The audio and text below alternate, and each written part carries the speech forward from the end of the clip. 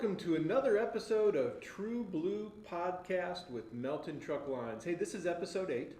I'm John Hamilton with Safety, and I am here with one of our senior trainers, Jim Johnson, and let's just introduce ourselves to him. Jim, how you doing, man? I'm hanging in there, doing good today.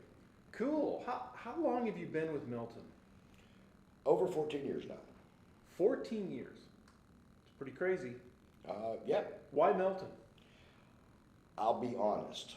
Melton called me after doing an application of 1-800, I think it was drivers. Melton called me, I'd never heard of him, ever. I was looking for a job. Melton called me and said, hey, looks like you'd be a good fit. You got experience. And I actually told the recruiter, nah, I don't want to go over the road again. I'm going to look for that local job in Florida. Okay. So, and the recruiter nailed me down. She goes, when will you know if you find that job you're looking for? I said, 30 days. At 29 days, she called me and said, did you find what you wanted? Right off the phone. And I go, no. She goes, be in Birmingham on Monday? Yes, ma'am. I will be there. It was actually a funny story the way it worked out. It was like, I never heard of Melton Truck Lines before that. Wow, that was good timing. And it worked out, and I got here. The reason I stay, this is a driver-driven company. Okay, yep, I like that. okay, It's about the drivers. okay. Management actually cares that your drivers are here and what we're doing, and they listen to us, which I really like. Yeah, that is a good, that can't be said for everywhere. No, Yeah. I have been with multiple companies over the years, and this is, well, I'm still here 14 years later. So what made you, sitting in Florida, decide to drive a truck in the first place? Working construction, Okay, and actually had a buddy that worked for Coca-Cola. I said, you need to come over here. So I applied, got the job, started vending. okay, Did that for 12 years, beer, Coca-Cola, groceries. all right, And decided, why should I work so hard? Because it was drive little, work hard. So started going into more of the over the road. The wife actually looked at me one day. She went out with me on my week route. okay. And she rode with me one week and she goes, I can do this. I go, what, run a hand truck down a ramp? She goes, no, I think I could drive this truck. I said, why don't you? 3 weeks later, she had her license and we went over the road.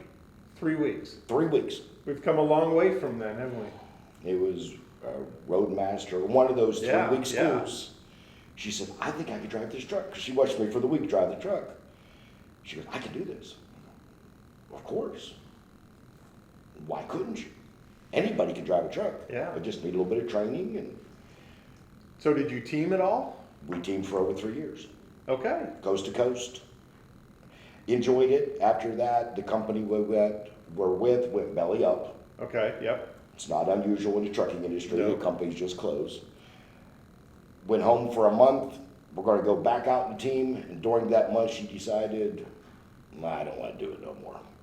So she stayed home, went back to getting a local job in an office, which she yeah, wanted. yeah, And I just bounced local, over the road, kind Okay. of what us older drivers have done over our careers.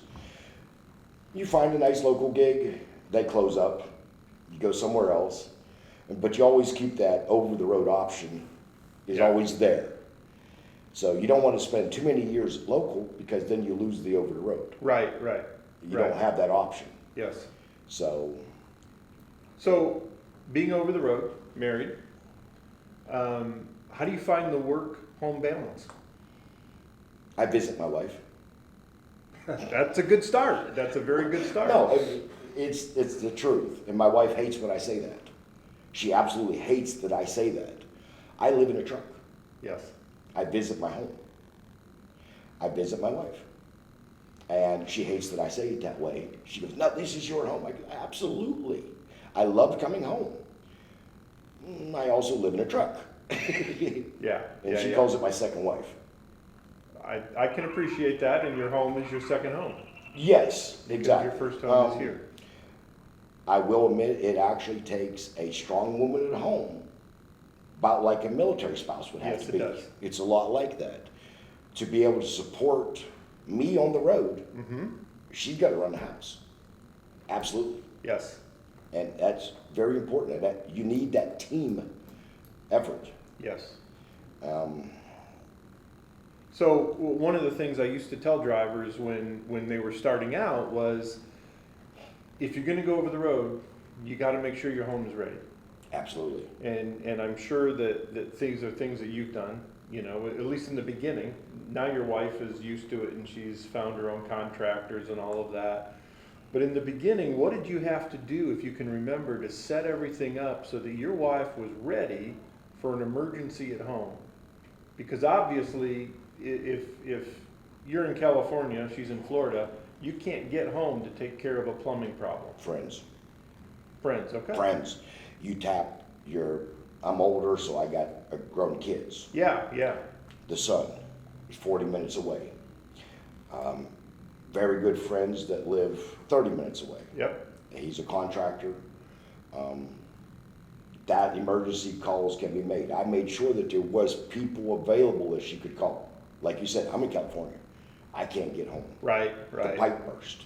Yep. Did she know where to turn the water off at the pump? Absolutely. Here's where the breakers are. Went through all that before I left the house. That's smart. What, in your history, not just Melton, but in your history period, what is the craziest load you've ever hauled? God, there's so many of them. Is there one that stands out way above everything else?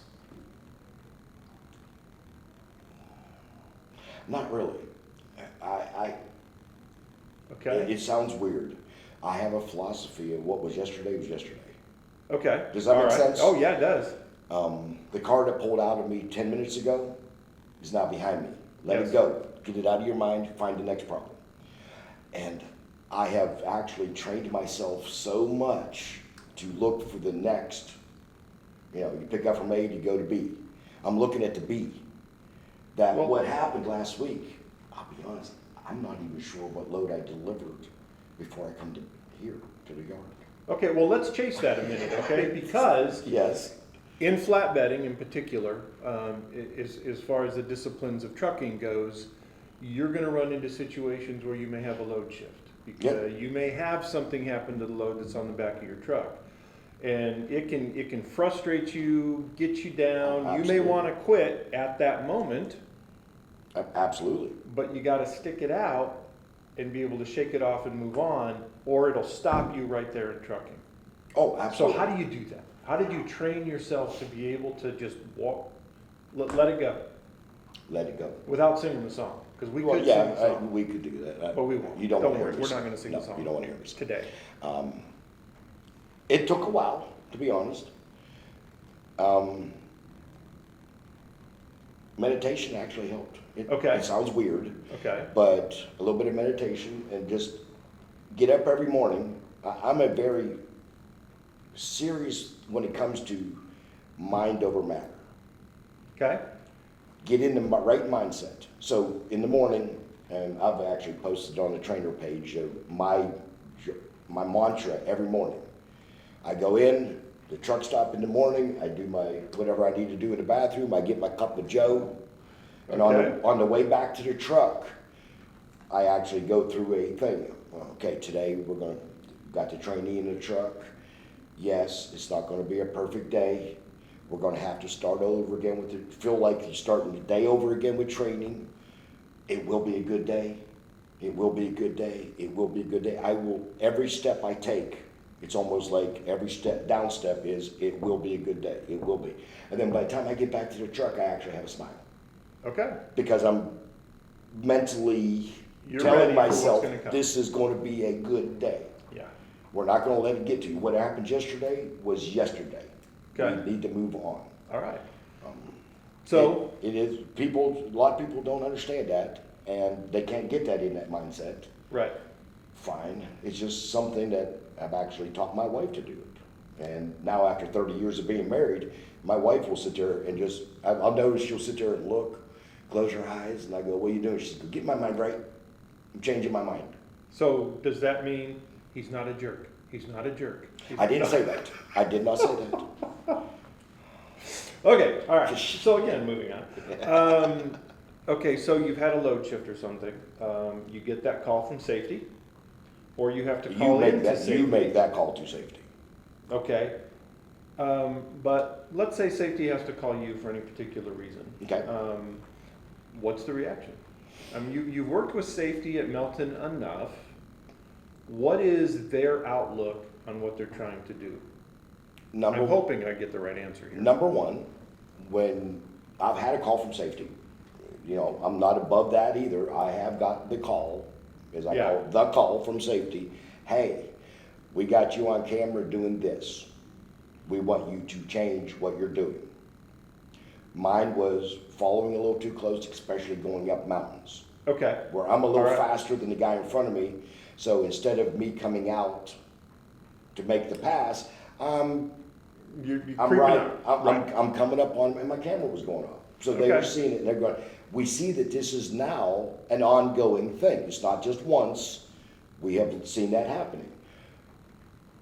Okay, what can I do to fix it? Well, hey, when the camera goes off, you got 5 seconds to move or back off. Okay, great. So then I changed my driving habit that when the camera would beep and go off, hey, I got 5 seconds to make a move. I either need to get over, make the pass, or if I can't make the pass, get off his butt. So the first thing, what I found out, and one thing I really like about Melton, I know I'm pushing it, but the first call you get is a counseling session. It's not a write-up, unless it's way over crazy that you've done something stupid that you never should have. But the first thing you get is a counseling. You get a talking to. Hey, this is what we see. Please change to this. Right. If you change to that as a driver, you don't get a call again. Well, and the goal there is to make you a better driver. Exactly. Right. That is the focus. As I call it, a counseling session. Right. Exactly. They're counseling you, saying, "Hey, we see this. Yeah. Let's fix this habit. Let's not let this become more of a habit." And I'll admit, mine was a habit, because when you're climbing the rock in Tennessee, and guys, you're light. You got to 40 mile an hour, and the guy in front of you's got 30. Yeah. And you don't want to block the left lane, because it's only 2 lanes. So you don't want to jump out and block the guy who's going to do 50. So you wait a little too long, and I was waiting a little too long. I got the call, say, "You're waiting a little too long." Hey, you got to 5 seconds. Boom. Great. From then on, I've never got that call again, because I changed my habit by the counseling. I didn't even realize I was doing it. I had no clue. Are you a better driver now than you were before they called? Yes, because they pointed out something that they seen that I did not see. That's the goal. That was the whole goal. That was the goal. I like to make you a better driver. Yeah. I actually do like the way safety. Cool. And also, this is the only company I've ever worked for, and I have worked for lots of companies. I've been driving for over 30 years. That safety looks at the situation as a whole. Yes. Not just what pops up or what's on the Qualcomm or whatever indicator that you get that something happened. You guys, safety department at Melton Truck Lines literally goes and looks why. And they look at the whole thing. We need to understand if we're going to help. And you may not get a call at all. You expect a call. You really expect, oh, this butthead pulled out in front of me, so I slammed the brakes. I'm going to get a call. Because my camera went off, the Qualcomm says I had a hard braking event, I'm going to get a call. Oh my God, I know safety's going to call me the next day or two. And you wait. I have drivers call in and say, "Hey, the camera went off last week. When am I going to hear?" I'm waiting. I'm waiting for the call. The call's coming. I know it's coming. Yeah. A week goes by and I don't get a call. And like you said, sometimes it drives you nuts if you can't let it go. If you call in and you go, "Hey, this happened. Why didn't you call me?" Because we actually looked at the whole situation and we seen that he jammed you. You didn't hit him. You did a good job. Yeah. Great job, driver. You want us to call you and tell you did good? And sometimes we do. Sometimes we do. And I actually enjoy our safety department because they actually look at it as a full situation, not just one blip on a computer screen. Yeah, cool, very cool. So, all right, so you mentioned earlier that you have trainees in your truck. Yes, Your shirt yes. specifies that you're a road trainer. Why Proud to did be. you want to start training students? I mean, you're living in a 10 by 10 little, apartment there. Why share it with somebody else? Well, actually, the story goes is I was actually sitting around a table in Laredo. Okay? We all, as drivers, we all sit around. It's our smoking table down there, so I'm sitting there just chatting with the other drivers. And I was actually complaining. I was not a trainer. I was complaining about the quality of the trainees coming out of trainer's trucks. And one of our older drivers at the time, Wade Holt, which I still respect the man. He's no longer with Melton. He's doing heavy haul up in Washington. I've heard his name. Right. He looked at me and says, "You need to put up or shut up." And I go, "Wade." He says, "Become part of the solution. You're part of the problem because you're not part of the solution." And it made me stop and think. Then, about an hour later, he came up to me and he said, "Do I make the call to Charles or you?" Charles was the training manager at the time. He wasn't going to let it go. No, he was not going to let it go. He didn't train either, but he Okay. knew what they needed. Right. He says, "Are you going to make the call or am I?" I said, "I'll make the call." I made the call and Charles says, "You'll be in my very next class. Yes, I want you in here." But he's been bugging me before that to get into it, and I just kept saying, no, I don't want to share my truck. Surprisingly, after I started training, the feeling I got of accomplishment is why I keep doing it. Okay. Be able to see, I'm an older gentleman, seeing the new generation that's going to take over trucking, Yes. to be able to help mold that into a good driver. I hope I'm making good drivers. I mean, I'm not trying to brag on myself, but I'm hoping that I'm helping them become better drivers and be able to get out here on the road and be the next generation of truck drivers. Yes. The So- old saying is, without truck drivers, America stops. It's the truth. Yeah. We've all heard the cliche. Yeah. You take trucks off the road, we're not eating. No, we saw that recently, right? Yeah, exactly. So, you've been training for a while. Yes. You've seen the transition from drivers coming in with experience but no over-the-road experience Mhm. versus drivers coming in fresh out of school Yes. and they're in your truck 2 weeks after they got their CDL. What's Yes. the challenge difference between those two? Well, the first thing I ever asked a trainee that comes directly out of school, how many hours did you actually get to drive while you were in truck driving school? Yeah. I've had to range from 30 Okay. to 2. Yeah. So this gentleman literally gets in my truck, who's literally drove a tractor trailer for 2 hours total in his whole lifetime. Crazy, isn't it? I want to know that, so then I can adjust the way I approach him Yeah. to, and as trainers, the biggest challenge we have is getting to know the trainee. They're all individuals. Everybody's an individual. And they're all different. Right, and we have to figure out what does this man need to get him to be,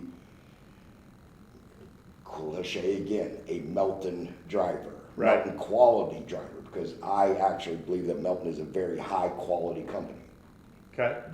When our training department turns out a very good product. Good. Yes. Not wanting to call people products, but that's what our job is. Well, that's is the to end turn, result, right? Right. We're turning job out is to- flatbedders. Right, and we got 3 weeks to do it.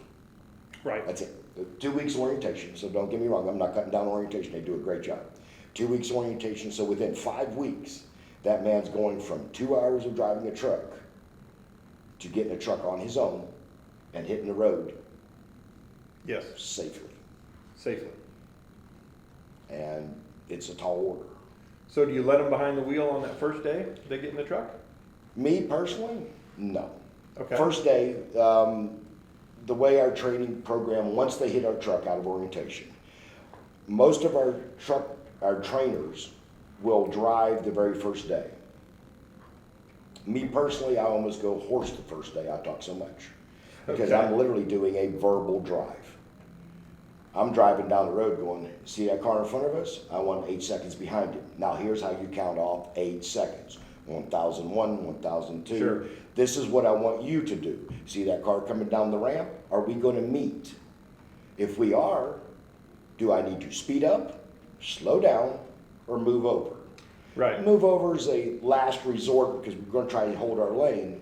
But if I speed up, am I going to let him in behind me? Yes. If I slow down, do I let him in front of me? But we don't want to be in the same spot at the same time. Correct. So let's see him at the top of the ramp, not wait till he's already in acceleration right at the road. Let's get the big picture. See way up there? No. Half a mile ahead, somebody hit brake lights. I want you to see those. I'll tell you, that's training. Well, When I went on my first ride to Oklahoma City, I was driving, and the gentleman that was training me was in the seat next to me, and I'm thinking, I'm looking down the road, I'm thinking Yeah. I'm getting that big picture, and he said, what's going on up there? I said, what do you mean? He said, well, look way down there, and you look way down, and yeah, there's somebody pulled over on the side of the, I never saw it. And Yeah. that's training to be able to truly get that big picture. Oh, absolutely. And hopefully by the end of the 3 weeks, I can develop that sense of, let's be honest, 360 degrees. Yes, You need to know what's right, left, forward, and back. yep, You got to have that perception. And the further out you can stretch that perception, the more you'll be prepared for what's up there. yeah, Flashing blue lights a half a mile ahead of you. Great, that gives you a half a mile to shift over a lane. You don't have to wait till you're on top of it and go, oh man, cop, I gotta move. yeah, really. You know, so So what do you think the perspective is of the student as he just jumps in your truck for the first scared time? to death. I mean, Okay. honest to God, you're climbing into you just spent 2 weeks in orientation. Very, very intense training. They're feeding it to you with a fire hose. Yes, yes, I mean, literally, the information's coming at you like a fire hose. And then you get in the truck, you gotta climb in a truck with somebody, a trainer. Hey, we got egos. So you're climbing in a truck with somebody who thinks they know what the hell they're doing. You don't know as a trainer. Right, I've tried to right. put myself in their place. And now you gotta live in a truck for this man for 3 weeks in a 6 foot by 6 foot by 6 foot box. yeah, 12 to 14 hours a day, 7 days a week. There's no let up. right, I would say they're scared to death. and rightfully so. Right. As particularly if reality is starting to hit. Oh, Right? absolutely. I got this CDL. I've been through training. Now I'm sitting in a truck. This is becoming real. Very. And how many of the students in your perspective jump in with, I don't know if I can do this, versus, I got this, man? Most of them, when they hit my truck, they have the attitude is, I hope this works. I don't know if that makes sense. Yeah, I hope I can get through this. okay, The feeling you get when you know this guy or gal got it. They're going to succeed. They're going to actually be able to make this into a career. If they do or not, that's really up to them later on. right, If they stay with the trucking industry or not. Once you get OTR in your blood, oh, it's hard to get out. I could never walk back into a factory. okay, There's no way. I could not go punch a time clock. I tried. it's I've a tried different leaving world. trucking and go into, production. Yeah. Even walking into production as a supervisor, when I walked in the door, 2 weeks later, I'm saying, bye, I'm out of here. It's a different lifestyle, and over the road is definitely It is different a lifestyle. Yes. It's not just a job. Right, right. You have to get into the lifestyle. So the driver graduates, they get their own truck. Absolutely. I'm sure enough of them have called you. What's typically going through their mind when they leave for that first load? What am I doing? Absolutely. Did I forget everything that I just did for the last 5 weeks? Yes. And that's fine. Part of our trainer as a trainer, we are your mentor. So when the trainee gets out of the truck, they have our phone number. Okay. Every one of us trainers will take that call. Yep. Call us. We will walk you through it if that's what you need. Yep. Not a problem. Melton also has the mentor hotline, which I don't know, what is it, 30 or 40 drivers now? Yeah. Experienced Something drivers. like that. Yeah. Uh-huh. You call one number and it rings 10 people's phone. Yes. If none of those 10 answer, it switches to the next 10 people. Somebody's going to answer the phone. Someone's going to be there to help you out. And that's another thing I really like about Melton Truck Lines. Somebody will answer the phone. I've been with companies where you call and there's nobody. You can't get a hold of nobody till Monday morning. Or God forbid it's a holiday, Tuesday. Right. Right. And it's Saturday and you got a problem. Yeah. I'm also a trainer advisor, so I also answer the phone calls from all the trainees, Okay. all the trainers. Okay.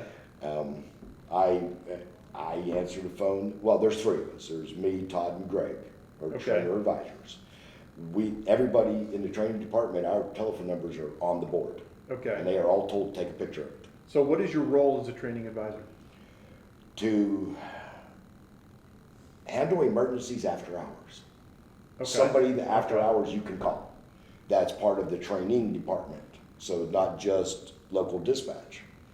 Okay. So All right. somebody who's familiar with the training part of it. So Okay. that's our job, is to take those calls. Hey, I get calls, my Uber link don't work and it's 2:00 in the morning. Great. I make a few phone calls, get you a new Uber link. Great. Get Sure. to your train. You know. Right. Okay. Hotel All right. reservation wasn't made. That's usually what I get from trainees. Trainers, hey, I'm having difficulty getting through to this guy. Do you have another suggestion of how I can approach it? Sure. Okay. All right. So you're Try. advising both students and trainers, Right. and putting out whatever fires need to be put out, provide Exactly. whenever the departments or business Yeah. hours aren't happening. Right. Our job is pretty much kicks in after business hours. Okay. Now, you can call us anytime. We're always available. All three of us have taken the serious commitment of being advisors. Yes. We will answer the phone. Yes. The only time I don't answer my phone anymore is if it's from my local area code, because I know it's a sales call. But if I see any other area code come in, I'm answering it. Yeah, a lot of them are sales calls, but that's okay. No. But you need that timeshare. Yeah. That car warranty. My car Oh, warranty. that's right. Your car warranty. Yeah, my car warranty's about out. You know that the warranty on your truck is about to expire. Can I interest you in a new one? Yeah. Now, All right. I have found out that if I answer the phone very business, and if I can't see my screen to see who's calling me, I answer the phone. Hello, this is Jim Johnson, or what can I do for you? How can I help you? The more business you are, the less phone calls you'll get. They'll hang up on you. Yeah, that's a good day. Yep. That's a good day. So, you don't have to deal with that. I act like I'm sitting in an office. And a lot of trainees call me and think I am sitting in the office, which is fine. I'm sitting in the passenger seat riding down the road, watching the trainees sitting there bouncing. Which is your office. Yeah. Which is your office. So, trainees on your truck for 3 weeks. Yes. They jump off. Mm-hmm. Do you drive by yourself then for a week, or do you just pick up another trainer? Are you back to back, or how often do you escape a trainee, if you will? Not that we need to escape our trainees. Okay. I usually do 2 or 3 back to back to back. I've literally had the Uber come in to the shipper. Okay? As I push one student out of the truck, the other one's climbing in. Okay. They exchange the key for the truck. They Okay. hand it to each other. Literally. By the way, when he says push out of the truck, he doesn't mean No, literally not push out of the- the the truck. truck He is stopped. just means switching over the, yeah. The okay. truck All is right. stopped when that happens. We needed to clarify, Okay. because, you know, No, I do stop the truck before that happens. tuck and roll, my guy. But, you know, one student is upgrading. Now, we do not always come back to a terminal to upgrade. That is as a truck driver, I work for operations. Yes, We run the truck with freight. Training is part of that, but training does not get to dictate where the truck goes. right. We'll get the trainee to you, Right. wherever that may be. You'll be on, trainees coming in will be on airplanes, rental cars, Ubers, whatever it takes to get the trainee to the trainer. And then whatever it takes to get the trainee back to Tulsa to do their upgrade process and get a truck. Most of the time, you always come back to Tulsa to upgrade. It's preferred. Preferred, correct. Now, if you happen to be right next to Birmingham Terminal when you're at your 21 days, which our training is 21 days, and we need every minute of that, trust me. And some more. A lot of them, Yeah. well, we don't have it because we are set up for 21 days. Yep. If you happen to be right at Birmingham Terminal at the 20th day and they have a truck available, you maybe will upgrade at that terminal because the truck's actually there and it's cheaper Okay. than flying them all the way back to Tulsa, turning them around and sending them right back to Birmingham because that's where the truck is. Yes. But we upgrade in Tulsa. That's the way the training is set. Okay. Yeah. Yeah. So we've got a good portion of our fleet out there who are not training. Correct. If a driver is questioning, should I or shouldn't I? What would you say to push him over the edge? Or what would you say to dissuade him? The feeling you get when you get that student gets it. And you see the eyeballs light up. You see them light up. Isn't that a great moment? That, When that light bulb goes off in the student's head. what it makes you feel so damn proud. Yes. As a trainer, you feel like, yes, I did a good job. That's what it keeps me doing it. That's why I keep training. Okay. Our training department, no trainer is forced to take a training. Ever. Right. Just because you're a trainer does not mean you have to take a trainee in your truck. We volunteer to train. So if any time you said, I don't want a trainee, I want to run for a couple weeks by myself, boom, you're taken off the list. You're good to run. Right. You are not forced to train at all. I mean, it's your truck. The training department treats it like your truck. It's your car. Okay. That's your rig. It's your job. Okay. If you want to train, it's great. They'll bring you in. You'll go through a couple-day class of going over what is expected of you. Okay. A little bit of HR. Yeah. Because as Charles told me many, many, many years ago, he says, you are now a trainer. That means you are this much management. You have to act like it. Because you're now part of the support team. You're in the food chain. Right. Yep. You're this much management. Yep. So you have to act like it. You have to act like you are part of the office staff. Okay. Even though you're out on the road. So what's your P's and Q's? Keep your stuff together. Okay. So I'm a driver. I'm not getting quite enough miles. And I think, wow, if I could get a trainee, I could team. Absolutely not. Why? That is not what we do at Melton Truck Lines. We have 3 weeks. I have to teach somebody to be a solo driver. Melton does very little teams. Once in a while, you'll see a team come through Melton. Usually Once in a while, yeah. It's usually a husband and wife team because those are not looking for the mega miles. Yes. Okay. And I did husband and wife team, and I liked the smaller companies where they weren't pushing me 7,000 miles because we got to see the country. Yeah, yeah. So, but we have 3 weeks to teach somebody to be a solo driver. Okay. I can't team with that man in that truck and expect him to learn how to be a solo driver. That is true. So, if you do want to become a trainer with Melton Truck Lines, you will not get extra miles. Okay. No, absolutely not. Nope. You're not going to get team miles. That's not what we're here for. We are here to teach solo driving. So the benefit of the trainer, yes, there's an additional pay that you get Yes. as a trainer, but the real benefit is teaching the next generation how to truck, teaching them how to flatbed. Absolutely. That's the real benefit of being a trainer. Yeah, and the fulfillment you feel like, now, let's be honest, we're truck drivers, we're not teachers. Correct. Okay? Correct. So we're not professional teachers. Every one of us has to have a minimum 1 year with Melton Truck Lines before you can even be considered to be a trainer. Okay. And then you go through a vetting process. An email goes out. You make a call. Hey, I'd like to become a trainer. Great. An email goes out to your driver manager. Is he suitable? Right. Would you recommend this? You deal with this driver. Do you think he's suitable? Would he make a good trainer? Then it goes to safety. Safety gets to look at his safety record. Somebody in safety goes, is his record and his attitude and what we're seeing, would he make a good trainer? Is he teachable? And it's so there's actually a full vetting process that most people don't even realize, because an email chain goes out and it goes through this whole office. Okay. I don't know if it actually still goes to or not, but it used to end up at the vice president's desk and they got to say yes or no.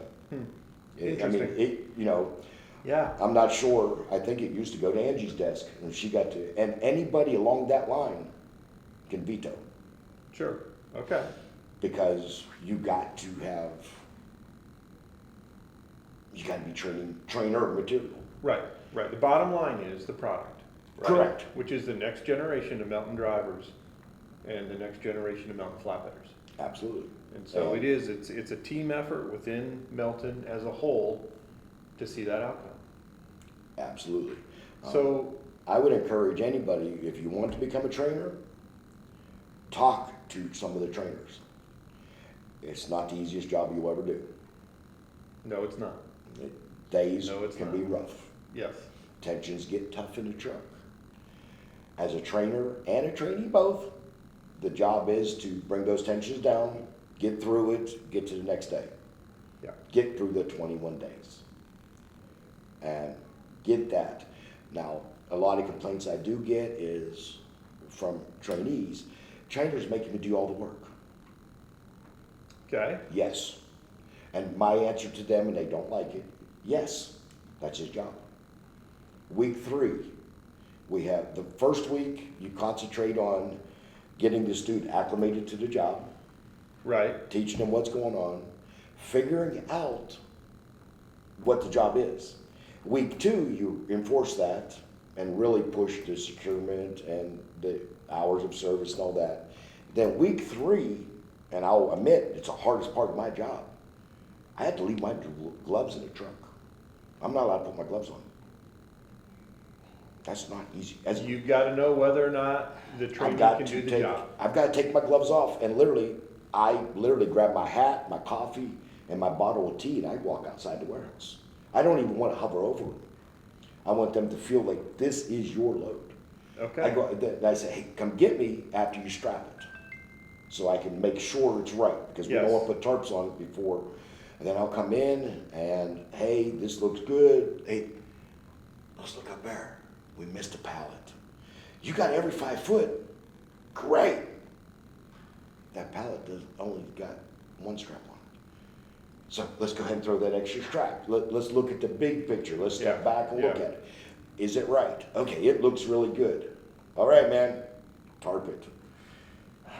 I goes outside, and yes, I'm peeking around the corner, go, how's he doing? But I'm trying to give him his space. Yeah. And I've literally had students get all done, come get me and say, I'm ready. Come back in, the front of it looks perfect. Go down the trailer and realize they started at the front instead of the back, so now the overlap is wrong. So they got to retarp it. But we would not have caught that if I was the one helping them do the tarps. Right. Would not have caught that. That didn't sink in their head that the back tarp's got to go down first and overlap the front. Never would have dawned, either of us, to be honest, that it could even happen that way. I've had multiple students Simple do that. errors. Very simple. Simple errors. And that's where you catch those on the 3rd week. And that's where you, with the trainer still there, we can correct it. Perfect. And guaranteed, you put a tarp on backwards once, you'll never do it again. Now, boy, you're not kidding there. You got to take them off and start over. Yeah, you're not Well, doing that again. either that, or if you don't catch it before you hit the interstate and the back tarp blows off and you It's now have a gone. parachute behind you, when you're on I-40. Which is great for fuel mileage. Yes. That parachute back there, oh man, yeah. And then you're pulling on the side of the road, trying to Yeah. roll up a giant tarp, get it on your deck, So you can at least get it under control while everybody's flying by you at 70, 75 mile an hour. It's not a good day. And No. yes, I have had that happen. Yeah, yeah. I've heard lots of stories like that. So It that happens. is not a good day. Yeah. You don't want to have that day. No. So, you've got a trainer on your truck, or a trainee on your truck right now, right? Yes, I just picked him up. I hit the yard on Thursday, and I actually just moved him into the truck during the day on Thursday. Okay, all right. Well, as everybody can see, the rain is kind of subsiding behind us. Beautiful. So we're going to bring this episode of True Blue Podcast to a close. This has been episode 8 with our trainer, Jim Johnson. So join us next time for episode 9 on True Blue Podcast.